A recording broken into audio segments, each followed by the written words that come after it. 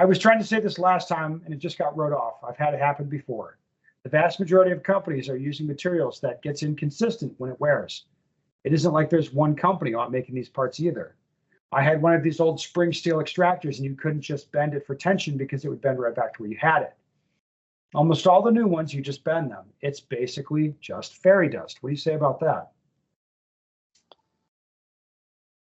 I mean, I want to say parts have been getting better and better from just a manufacturing standpoint.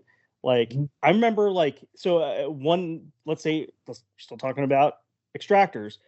There's a company out there. They were Avtech, and they were like one of the biggest extractors out there, or one of the most famous extractors. Everyone had an Avtech in their gun for a long time, and it had extra springs and an extra little plate that went on side and retained, and those springs actually gave the extractor tension. And sometimes people are like, oh man, I got too much tension on my extractor. So they would take one little spring out of this thing, and they were just like mini springs. I still have them laying around somewhere. But like reality is a lot, like they came out and they're actually no longer going to be producing the Avtex anymore. Like the company, they went away. And so like, I believe that there's a lot of, I guess, old stigmas that are like that people carry over to the current products that are in the market. And there's a very, very, very good parts. And a lot of these companies out currently right now are doing their best to create or improve upon and make more consistently make the consistency of their parts even better now. So like reality is like, sure, like I'm sure there's still old parts out there floating around that aren't as consistent as they could be, but I guarantee now, like all the companies that are out there producing these parts or producing these replacement parts or building the current guns right now, they're doing their best to make it with the best materials out there. So like, I don't see the problems or the issues with the current extractors that I guess people have talked about back in the day, or even from like, let's say 6, 7 or 7 years ago. Things have changed dramatically with 2011s just in the last few years. Yes. I mean, COVID changed a lot of stuff because people are getting different materials because you couldn't get materials, right? So like that's changed across the board.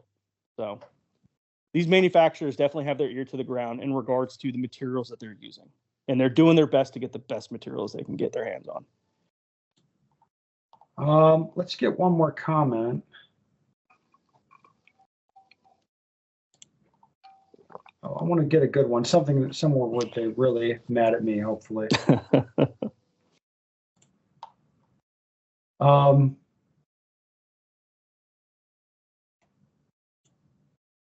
Man, there's not that much. Yeah, I mean, because like we discussed, like what happened with my extractor was very strange. Because my extractor went from like the gun running beautifully to leaving every fifth case in the chamber completely, which to me is very odd. Right. So I got a question right here. Yeah. 2011s are fun, but if you don't feed them its special little ammo, it chokes it up. Yeah, like that is not consistent with my observations at all. Yeah, I'm the same way. Like my limb ops guns run everything. Like I haven't had to buy special ammo. I haven't had to buy 147s, 115s, 124s. Heck, the gun shoots everything I throw at it, the guns have been super reliable, and they've been like, mixed brass. It doesn't have to be a particular head stamp. It doesn't have to be a particular length necessarily. Like these guns can handle, if you ask me, they can handle like a wider range of ammo than your Glocks or even your Shadow 2s, like I've found. Well, the Glocks have pretty tight chambers now. The Gen 5 Glocks they're accurate as hell, but the chambers are tight. Yeah, pretty short. Yeah. Yeah. I'm not tight. You're right. Short. It's not tight necessarily. It's short. My CZs are reamed to eat my reloads. I don't even try to feed my Glock my reloads. Yeah, that makes sense. Try to do that. Yeah.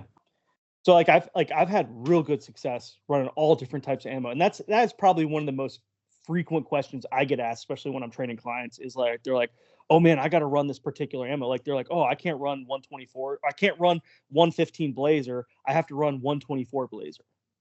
That's like, what the fuck? Like, I hear that statement and I'm like, my head's like, there's no way that's true. There's no way. And so like I get, like, there's a lot of manufacturers out there have a particular ammo that they recommend running through their guns, which is totally fine. It's what they've designed like some manufacturers design their gun around certain ammos, and really they're designing it around a particular like power factor or velocity that the gun's going to be kind of producing, and they spring the gun or according to that ammo, and it's a pretty common ammo, and they know it runs, and because they know it runs, it's a recommended ammo, which is totally fine. And I'm supportive of that, because like if a company doesn't put out a recommended ammo for their guns, people are going to hammer them in questions, calling them, hey, what ammo should I put out, or what ammo should I put through this gun? So sure, of course these guys are going to have to like recommend something, but what I try to explain to my the people and the clients I train and the questions I get is like, the difference between a 124 grain Blazer bullet and a 115 grain Blazer bullet is like barely anything. You're going to have a little velocity difference, but reality is like there's nothing dangerous about running a 115 grain Blazer bullet out of your 2011 versus a 124 grain Blazer bullet out of your 2011. Like, to me, that's crazy. And yeah. And I mean, so like reality is, and this is what I explain to people is, if you're going to try different ammo, like try a bit of it. Odds are it's probably going to run just fine. And then like keep buying the ammo that keeps running.